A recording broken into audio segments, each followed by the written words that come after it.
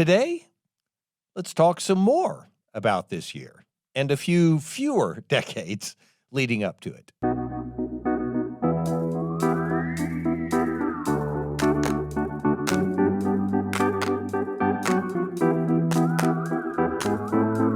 Welcome to Coffee with Creamer, where you get to sit down with our host, Dr. Barry Creamer, for a conversation about faith, life, and culture.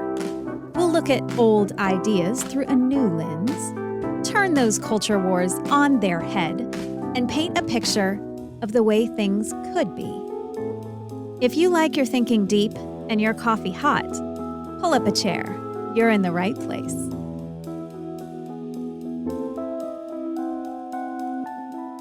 We started last episode with a little focus on the decades prior to the current one, meaning 2014, 2004, 1994. Almost lost track of how to count down the tens. Anyway, you get the idea. Going back a decade, all the way to 1954. I explained why we chose those dates and stuff last time. Encourage you to listen to the previous episode if you didn't get to hear it. But we were basing it on this random website's biggest news story of every year since 1950. I'm not even sure when that was published, but we'll create a link for you on the website so that you can get to it if you'd like to look at it. But that's where I'm drawing this from, and I'm just taking their source of the news stories and then my personal experience and putting it together to say, it looks like we sort of learned this or went through this transition during that time.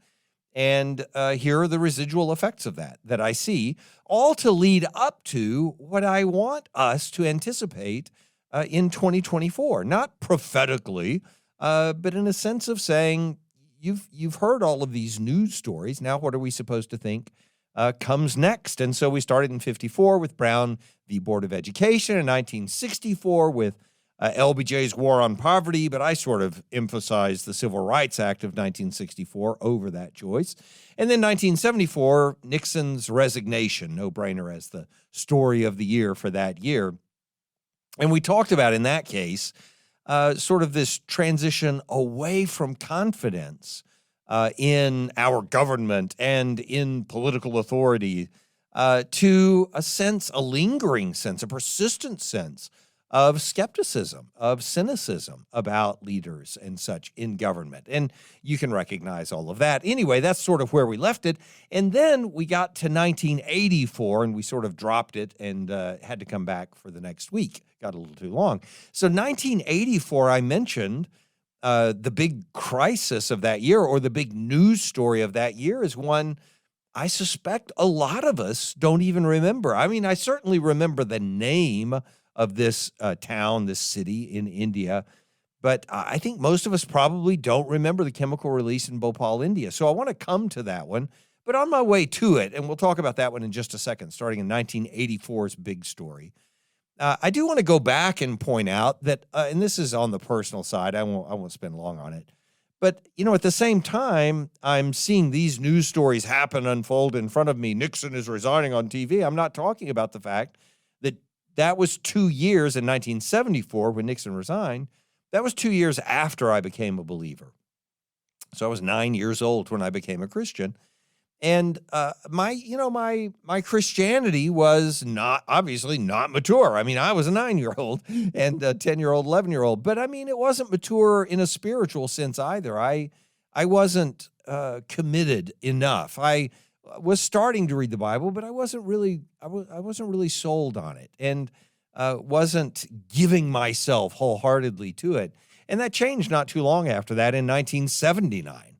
So by the time we get to 1984 and this tragedy that happened in Bhopal, India, that was 5 years after 1979 when I was called to ministry. And I did commit my life to ministry and to serving. And so I mean, I was preoccupied and I was going to college and all that other stuff, but something turned my attention so that this really significant story just did not weigh me down in the way that I'm sure it did millions of other people around the country and around the world, but the way it should have weighed me down and weighed down a lot of people in my generation who I think we've just sort of let this one slip. So anyway, the chemical release in Bhopal, India, I actually copied the paragraph out of the summary of the event so that I could give you the details. The chemical disaster, I'm quoting from them now.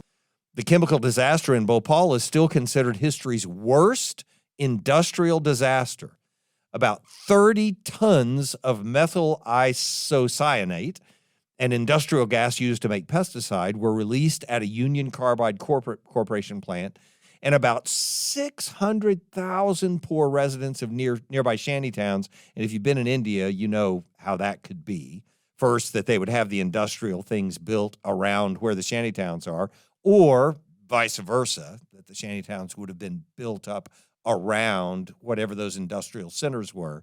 It was the same in some communities I was in, where people would build their slums. They called them slums, not my term, but they would build the slums around, for instance, a meat packing house in one of the communities that we were in Bangalore, actually.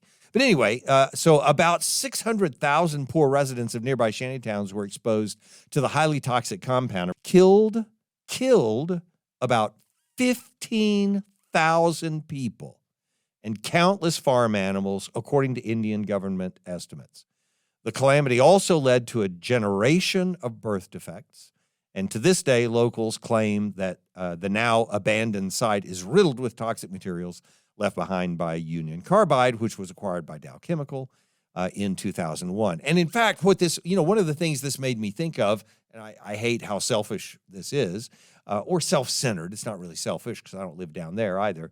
But I was, near the Gulf Coast recently and doing, preaching for a church down there. And we drove around a little bit and saw a huge Dow Chemical plant, right along the Gulf Coast. There's a lot of industrial development, obviously, in the energy industry and the chemical industry. And where we were near this Dow Chemical plant, they were talking about all the safety measures they have in place and the fact that prevailing winds go this way and, so on. They've never had a spill, never had a single spill or any kind of chemicals ever leave the property of the plant and blah, blah, blah.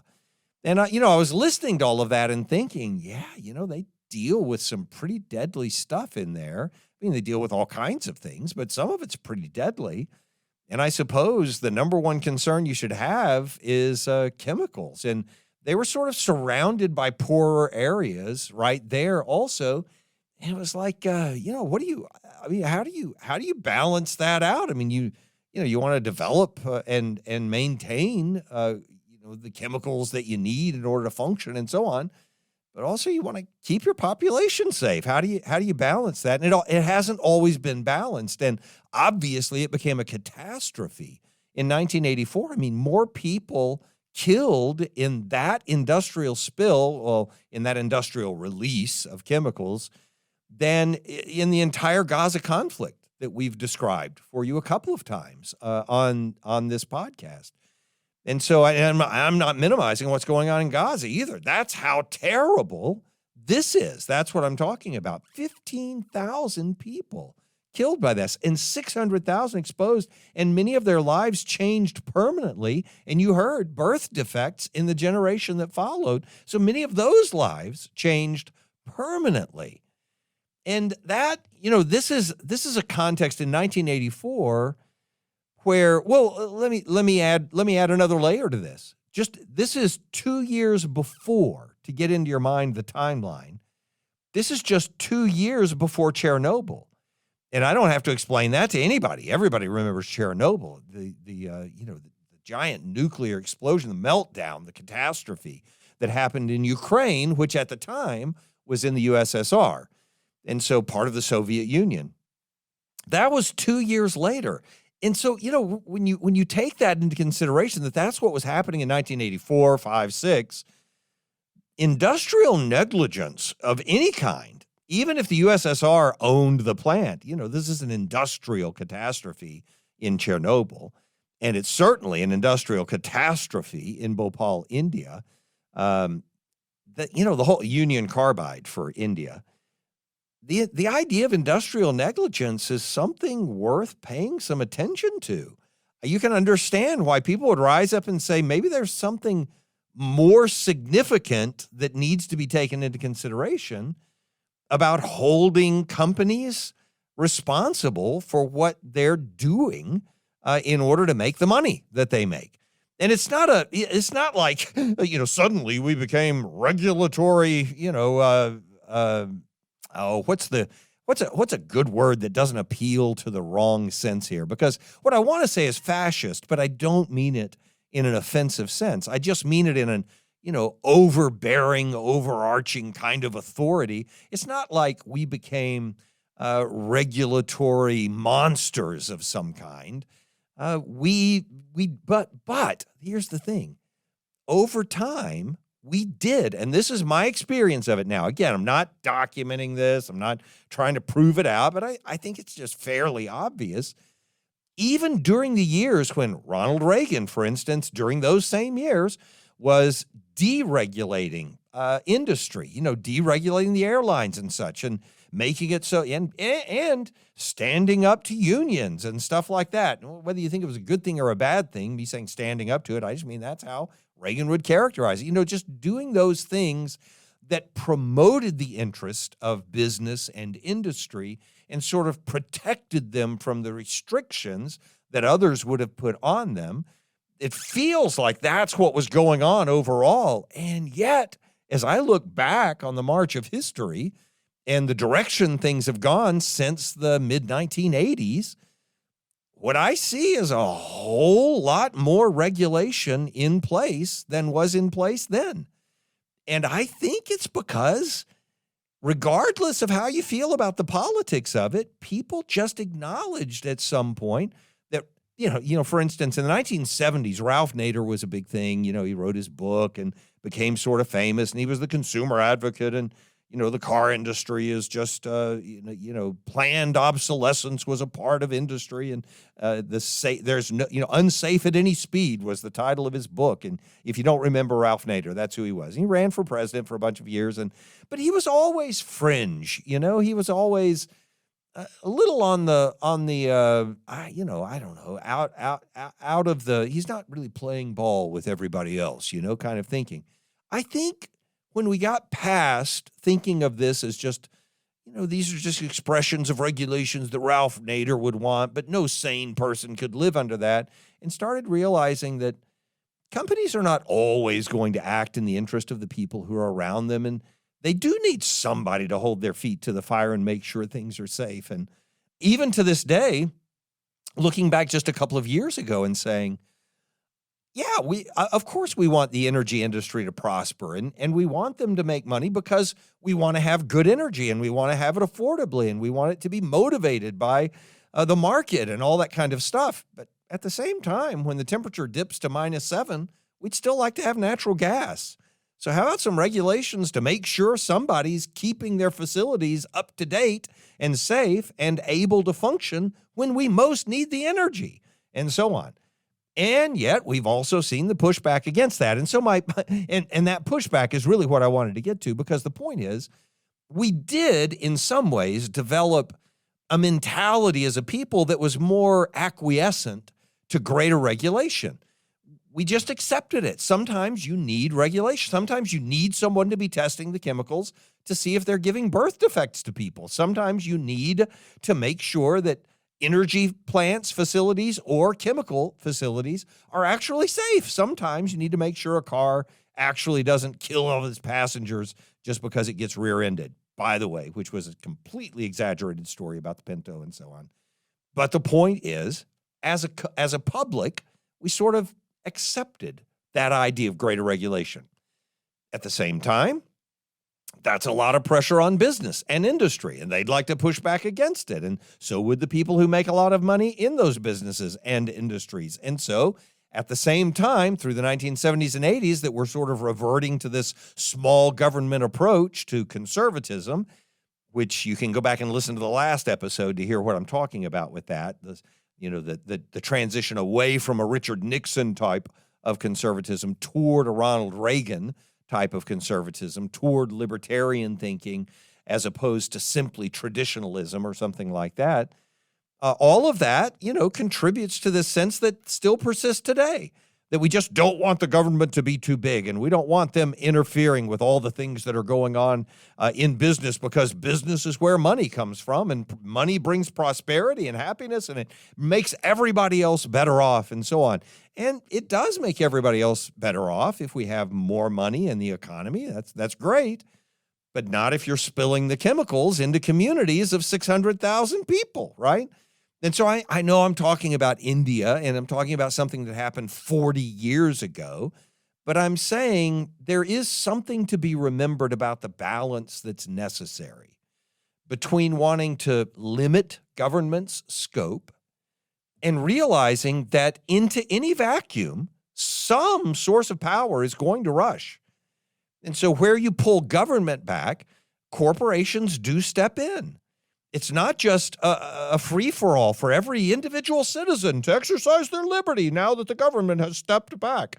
That's just not the way the world works. And I think what things like the Bhopal spill and a bunch of other stuff made us realize was that it's not just one way or the other. Either we have government crushing free business, or we have business doing whatever it wants because that's best for everybody.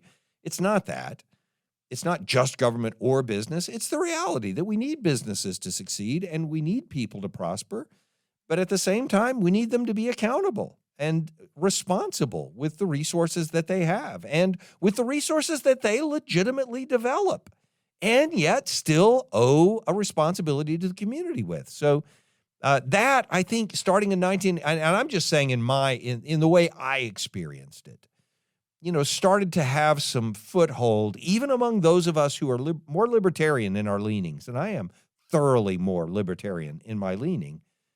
There's still a respect I have for the restrictions, for the bureaucrats that get in their car and drive down to a business that's just trying to make money and keep their employees satisfied and keep their customers satisfied, that drives down there and says, look, if you don't seal up this natural gas pipe, I'm going to have to shut you down. And your people might lose their jobs. So get it fixed or you're going to be shut down. I know that guy's a nuisance, but I sort of don't mind. It's the same thing I would say when fire inspectors go into a church. I think it's a nuisance when they say, you're not going to be able to have your children on this floor of the building, or you're not going to be able to. You can tell I've had this experience. But at the same time, don't the kids need to be safe? Yeah, and if we're not doing it ourselves, and even if we don't have the expertise to do that particular thing ourselves, then shouldn't we be glad somebody's helping? Oh, so anyway, you get the idea. So there's 1984 Bhopal spill. And also just maybe if you don't remember it or haven't thought about it in a long time, an invitation to go look at the history and remember something really tragic that happened 40 years ago. Here's a more severe invitation. 1994. This one is a lot closer to home for me. When I was working on my doctorate, my PhD, it was in the 1990s. In fact, I started my PhD work the year after this in 1995. And I wrote my dissertation on moral atrocities, on self and morality in American discourse about moral atrocities in the mid-20th century. And so when I was writing that, obviously I covered some genocide stuff, and especially the Holocaust. We talked about the Holocaust in my dissertation. And so, 1994 in Rwanda was a horrible year. That year in Rwanda is like the 1970s in Cambodia, or the 1930s and 40s in Germany. It is just as a horrible event as you can describe. And so the news item of the year was the genocide in Rwanda, and they should have. That's the story that everybody should pick out from that year. And so I will read you the paragraph as they describe it. For decades, Rwanda was embroiled in a conflict between the country's two major ethnic groups, the Hutus and the Tutsis. And over a 100-day period, which is just staggering to think of what that 100 days was like, an estimated 800,000 people were killed. Most of them were Tutsis. Some were moderate Hutus as well, because they just didn't cooperate with the slaughter that was going on. And when a Tutsi military group eventually gained control, these were the people who were being slaughtered. When one of their military groups eventually gained control of the country, some 2 million Rwandans fled to nearby African nations, creating a different kind of catastrophe. And in 2008, 3 former Rwandan officials were convicted by an international court of organizing the genocide. And so by the way, if you want to know more about the genocide in Rwanda in a way that you can digest, but is also poignant, the movie Hotel Rwanda is the thing. I mean, it's a really powerful docudrama. And Don Cheadle is the guy in it. He's the guy that plays Colonel Rhodes in Iron Man 2 and 3. He's the guy that took the other guy's place, right, in Iron Man. If you know him, so I'm pointing him out not because I care about him or not care about him. I don't know him, but he's really good. I mean, it's a great movie. But putting the movie aside, I mean, just the things it points out about the reality of what happened in Rwanda is overwhelming. And so, just looking it up, there are a couple of things that I think, would help you put it in context. For instance, when I've talked about the Nuremberg trials here, read a book recently on the Nuremberg trials, and so I've brought it up a few times. This international court that finally, after genocide was finally defined as a crime that could be committed, Nuremberg wasn't about that. Nuremberg was about those particular criminals and what they did in Germany, creating war, committing a variety of war crimes. This crime of genocide, the first conviction by any international court for the crime of genocide that was finally defined after World War II, happened in 1998 as a result of what happened in Rwanda. A tribunal judged Jean-Paul Akayesu guilty of genocide and crimes against humanity for the acts he engaged in and oversaw while he was the mayor of a Rwandan town. And he wasn't the main guy. In 2008, there were 3 people who were convicted then. In 2008, one of the guys that was convicted, there were 3 Rwandan officials convicted in 2008, was Theoneste Bagasora, and he's the one who's referred to as Rwanda's Himmler. So you can imagine, and I can't even fathom, I just don't know the journey. None of us do, but I can't even fathom the journey a person goes through, a human being goes through, to arrive at a place where they say, yeah, let's provoke the complete slaughter of the people who are on the other side. But it happens all the time.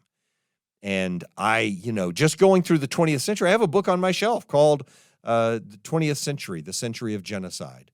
So here's the reason I'm bringing this one up. This is the thing I gleaned from looking back at 1994 from 2024 to see what we should have learned or what I hope we learned.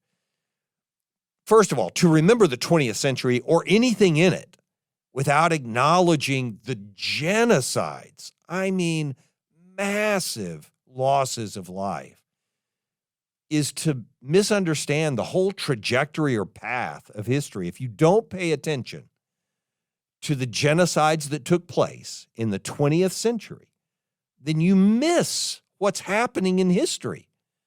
Because what we have a tendency to do is think Whiggishly. And by Whiggishly, I mean sort of progressively, in the British political sense. Thinking progressively, meaning things are getting better and better, and we'll make changes. And as we make changes, we'll get closer and closer toward this utopia to which we eventually were bound to arrive, right? Because we're always making things better than they were before. But that's just not a realistic reading of history. More realistically, there is constant, ongoing progress and regress and stasis and change. And there's never a time when all of that's not happening. It's always all happening. So, for example, and this is what was going on in the 20th century for sure, you have huge progress on comfort and prosperity and productivity and so on, economic expansion, and at the same moment, regress on the most important moral test God puts on civilizations, a discussion for another day. We've already had it. You can look up the episodes where we talked about Genesis 19 and how we treat outsiders and why that is so important. But if you ask yourself the question in Scripture, what is the one test God gives to a civilization that makes him say, when you fail this, I will destroy you? And it is how they treat outsiders. It's plain as the nose on your face if you read the stories in Scripture and how God judges those who reject those who are outside of their own little clan. So I'm saying to you, at the same moment, we're having this huge progress in terms of the prosperity and productivity of an entire civilization in the world. We're moving forward, information revolution, industrial revolution, incredible things have happened. And at the same moment, committing genocides at a level we've never experienced before, at least not with the efficiency that we experienced them in the 20th century. So I'm saying there's progress and regress at the same time. Look, it's even just about that particular issue. Like if I take the moral issue of how open we are to outsiders, how willing we are to recognize the image of God, that's what I think the ultimate measure is. If we recognize, that's what we bear. To recognize the image of God in people who come from outside of us, who don't speak our language, don't celebrate our holidays, live lives differently, whatever it is. That we have both progress and regress about that very issue right now. There are places and people right now who are better at loving their neighbor and loving strangers as those who are born among them than we've ever been. And there are also people who are increasingly using outsiders as pawns and villains more effectively than they've ever used them before. That's what this is part of what you see on social media and what's going on with it. So my point is that looking back on 1994 and remembering that this horrific genocide took place in Rwanda. And here I'll say, something that seems odd, but I will say it. Thank God for an international court that held the authorities responsible who perpetrated that genocide, motivated and sort of guided that genocide, because it's such a discouragement to other leaders who would consider doing the same thing. And there are other leaders who will always consider doing the same thing, like is going on right now in other parts of the world. So anyway, I'm saying all of that to say, if we're aware of that, if we just remember that, it gives you a greater sensitivity, a stronger moral compass and awareness, not after you've had a genocide in your own community or your own culture, but before you have one, when you just start seeing the signs of people turning outsiders into villains or into pawns. As soon as we start using people that way, we should be terrified about the consequences of where we're going to, the consequences of what we're doing, the destination that we're going to arrive at. We should be terrified by it. Because if we think we're different, we're just wrong. Human beings are not different from each other in that way. You lead a mob into some fomented state, they'll do whatever's in front of them. They will, and all you have to do is watch crowds to know that that's the truth. Just watch a sporting event and see people lose their minds in those sporting events. People fighting each other, killing each other in some venues because of a sports team. That should tell you that we should always be alert and aware to anybody who's trying to make villains or pawns out of other human beings. We just cannot do that. So anyway, the genocide in Rwanda is a reminder that we always have to be vigilant not to go down that path. So that's 1994. I know, that one's a heavy one. 2004, you want to shift? Here's 2004. What have we talked about? In 1954, we were talking about Brown versus the Board of Education, and then going forward, Lyndon Baines Johnson's war on poverty and the Civil Rights Act, and Nixon's resignation, and a chemical spill in India with 600,000 victims, and a genocide in Rwanda with 800,000 victims. And you know what you get in 2004 as the story of the year? The establishment of Facebook. That's 2004. And it's not wrong. I mean, it's just not. In 2001, we had 9/11.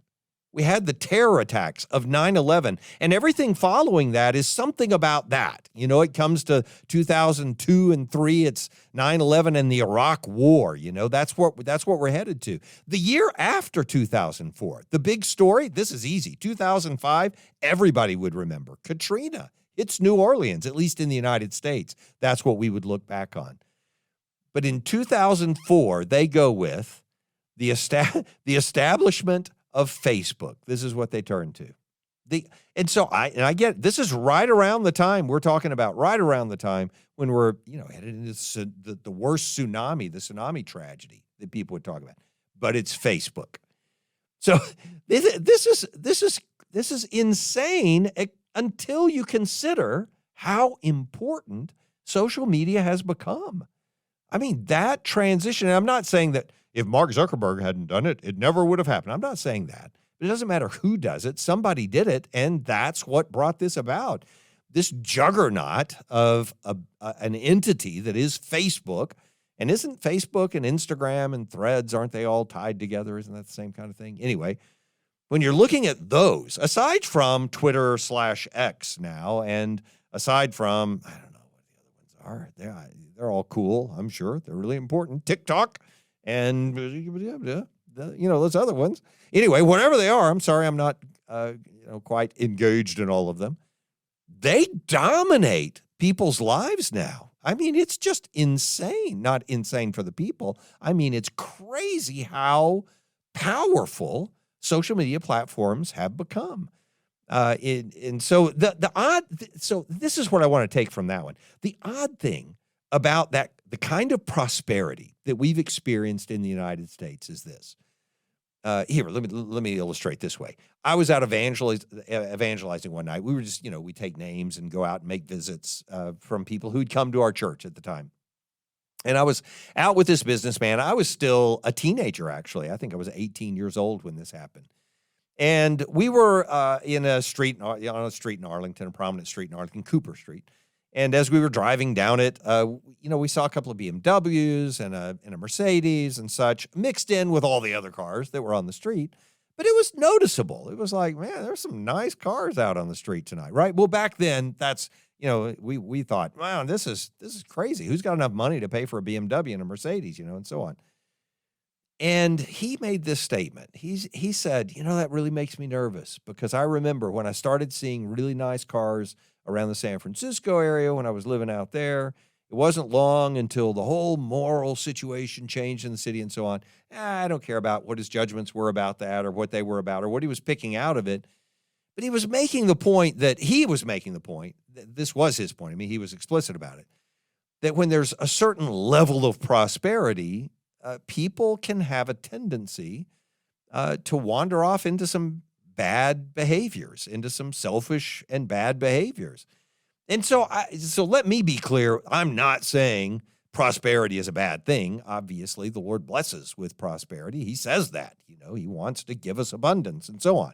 So I'm perfectly happy with that. I'm not preaching a prosperity gospel here. I'm just not preaching that prosperity is damnation either. The point is that prosperity doesn't have to be a bad thing. However, there is this thing in Scripture where we recognize that there is a danger that comes with prosperity. I love to go to the Ezekiel 16 passage where God is correcting Jerusalem, for all of their waste and abuses. And he says, as I live, and this is the declaration of the Lord God in the ESV translation. It says it this way. Your sister Sodom and her daughters have not behaved as you and your daughters have. This was the iniquity of your sister Sodom. And this is interesting because we always like to just characterize it as one thing, sexual, some kind of perversion or something. This is what he says. Now, this was the iniquity of your sister Sodom. She and her daughters had pride, plenty of food, and comfortable security, but didn't support the poor and needy. They were haughty, and they did detestable things before me, so I removed them when I saw this. So, prosperity brings with it some flexibility, right? That's what it does. And it's a lot like every other kind of technology. I'll mention more about that in a minute. It just gives you the ability to do more of whatever you were going to do, right? And so if you were flexible or free enough to do whatever you wanted to do, now you got the money to do it, you can go do it in a way you couldn't have before, right? So the time and the volume of effort spent on social media, it is an I think this is not an insulting indication. It's an indication of the abundance that one generation has provided the next generation. I heard a Gen Z person say it this way the other day. They said, we get criticized all the time for being on social media. And we're like, didn't you make the internet and make it possible for us to do that? I mean, what'd you want us to do with it? Not use it? The whole point, people complain because this is what this person was saying. I'm not quoting them, just giving the sense of it. It's people complain because we use the internet for research, but they put all the stuff on the internet so that we could look it up. What, did they not want us to look it up? Did they not want us to have the advantage of the tools that they created? Well, of course, they're right. It's an amazing abundance, prosperity that one generation handed to the next when they gave them HTTP protocols, and IP addresses, TCP/IP, ARPANET. Thank you for creating the internet. It's a great thing. At the same time, again, so the question is about whether you use something, as a filler for idleness's void or as a tool in the hands of somebody with an intentional life, right? So it's just like every other technology. Social media is just a magnifier. In the hands of the idle, it enhances the devil's workshop. Social media, in other words, in the hands of an idle person, magnifies pride and judgment and disdain and, in general, selfishness. Look at me. I mean, I just saying the words is just silly now on social media. Of course, that's the point. You take a picture of yourself and you say, look at me. This is, what. So in the hands of the idle, of course, that's what it does. Same time, though, in the hands of the productive, it can just magnify their productivity. And I know there are a lot of people who are blending those two together. I'm not saying it's clear, black and white line between the two. But it's not hard to figure out that the abundance that has been handed down to the current generation has provided a greater opportunity for idleness to manifest itself in new and different ways. And some of those ways are extremely destructive. And you can see that. People tearing each other down in new and powerful ways. In other ways, it's extremely encouraging. People able to get underneath others and lift them up and encourage them and teach them and provide resources for them. I mean, for crying out loud, you can get on the internet and look up anything you need to do, and there's somebody with a video who will literally walk you through step by step the process of how to put that widget on the specialized door you ordered from the old Czechoslovakia so that you could install it in your car that you bought from the old Soviet Union. Here's how you do it. It's just insane. Anyway, I'm just saying it's a great thing at the same time that it's a dangerous thing, but that's what wealth does. That's what abundance does. That's what prosperity does. And I think 2004, the establishment of Facebook as the news story of the year at such a critical time in American history is an indication of the level of prosperity that we had obtained and are still developing and building on, and of therefore the great responsibility we have. For those to whom much is given, of them much will be required. That statement, that idea that we're accountable for those things comes with prosperity, and we have to be responsible with it. Part of that is being responsible with social media, including Facebook. So you get the idea. So anyway, there's 2004. 2014. You're not going to believe this. You're going to think I'm off by a decade. 2014. Russia invades Ukraine. 10 years ago, 2014. That was the story. Here, I'll read you the description. Exploiting political unrest in Ukraine, Russian President Vladimir Putin orchestrated the annexation of the Crimean Peninsula. Now you remember? Different story. 10 years ago. The action, continuing the quotation, incited condemnation from world leaders. Well, sounds brand new, doesn't it? It's exactly the same thing. And a raft of economic sanctions against Moscow, this strategically important and predominantly Russian-speaking region surrounded by the Black Sea, was coveted by the Russians as part of their strategic efforts to check NATO expansion along Russia's western border, which is exactly why they're trying to take all of Ukraine. Now, by the way, 10 years later. Part of the point I would make there, by the way, is the patience of many wrongdoers. There is no, well, they got that. I'm sure it'll be okay. I mean, you would think we would have learned this from Chamberlain in the early 20th century, trying to, placate Hitler. Well, let's just let this go. It'll be Czechoslovakia, nothing else. Everything else will be okay. And realizing that that's just not the way it works. And so, by the way, you know what the other conflicts going on in that in the world were? In 2014, I looked this one up just to say, what were the biggest Middle Eastern conflicts in 2014? And you know what one of them was? In Israel. Operation Protective Edge targeted the rockets and terror tunnels of the Islamic resistance movement, also known as Hamas, and killed more Palestinians than, this is 2014, than any previous offensive in the Gaza Strip.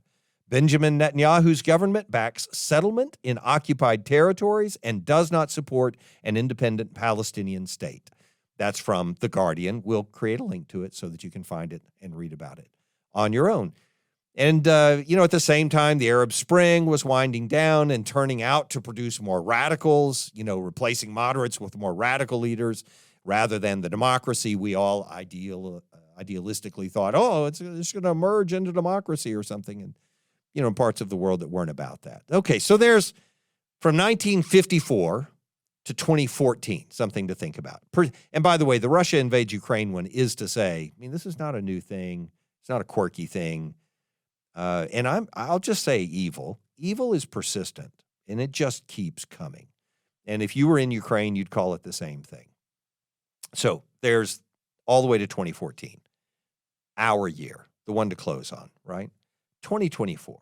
What's the point? The point for me is simple.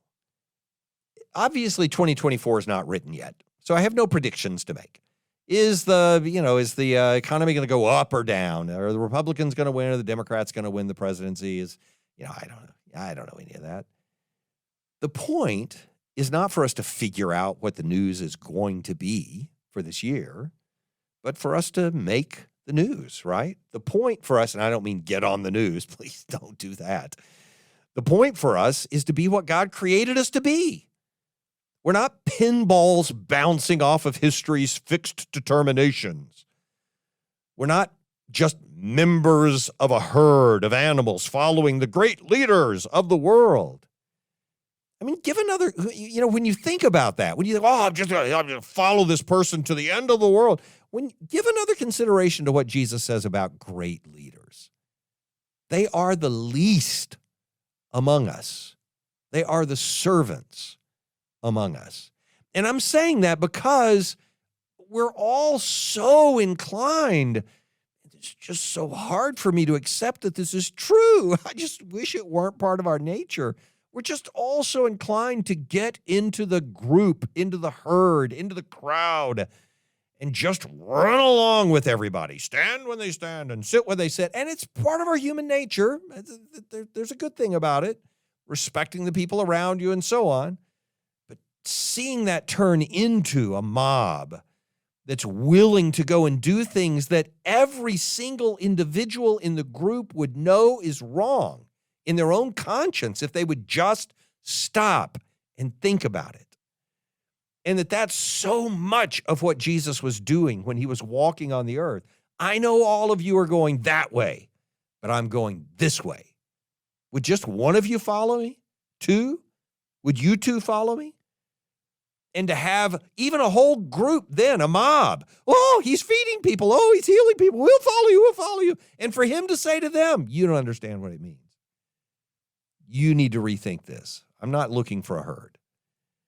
That should make us give a lot of consideration before we just pile in before some great leader to go wherever they're going to take us. We're not pinballs. We're not members of a herd. We're not actors like, performers in a play. We're actors like those who do more than just move. We're those who were created to act, to choose, and to do. We're those who were created for a purpose. We were created for a purpose that God gave us and then imbued with an intentionality of our own.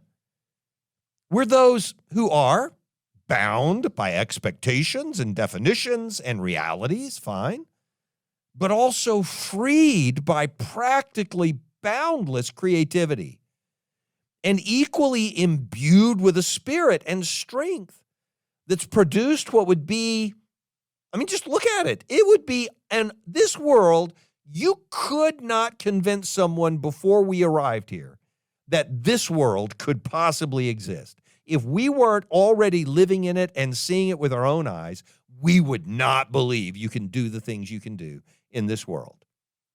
This kind of recording wouldn't make sense. Flying from one place to another wouldn't make sense. The size of our buildings are absurd. The strength and structure behind them, it's incredible. Our transportation industry is absurdly successful. There's no way someone before the Industrial Revolution, for instance, could have made sense of where we've arrived. And yet here we are. Yeah, we're bound by a lot of things, but we are freed by the creativity and spirit and strength that God's given us. The point, therefore, is pretty straightforward and simple. The point is that, of course, 2024 is going to be shaped by 1954 and 64 and all the years that follow it. But more importantly, it'll be shaped by what we do with it, not just by influencing some kind of big news story. I'm going to get out there and make a splash. It's not the splash. It's just by understanding our own commitments. What do I believe in? What am I committed to? And then living them out. For believers, it's by understanding what God called us to be and then just being it. So, what's 2024 going to be like? It'll be like we make it.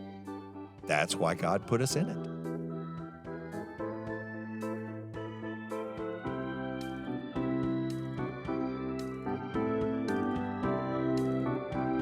Thanks for joining us for Coffee with Creamer. Your cup of coffee may be finished, but we are not. Come back next week for a refill as we sit down to examine a new set of ideas and cultural issues. Don't miss an episode. Subscribe wherever you get your podcasts or visit our website at barrycreamer.com. Until next time, keep your mug hot and your mind sharp.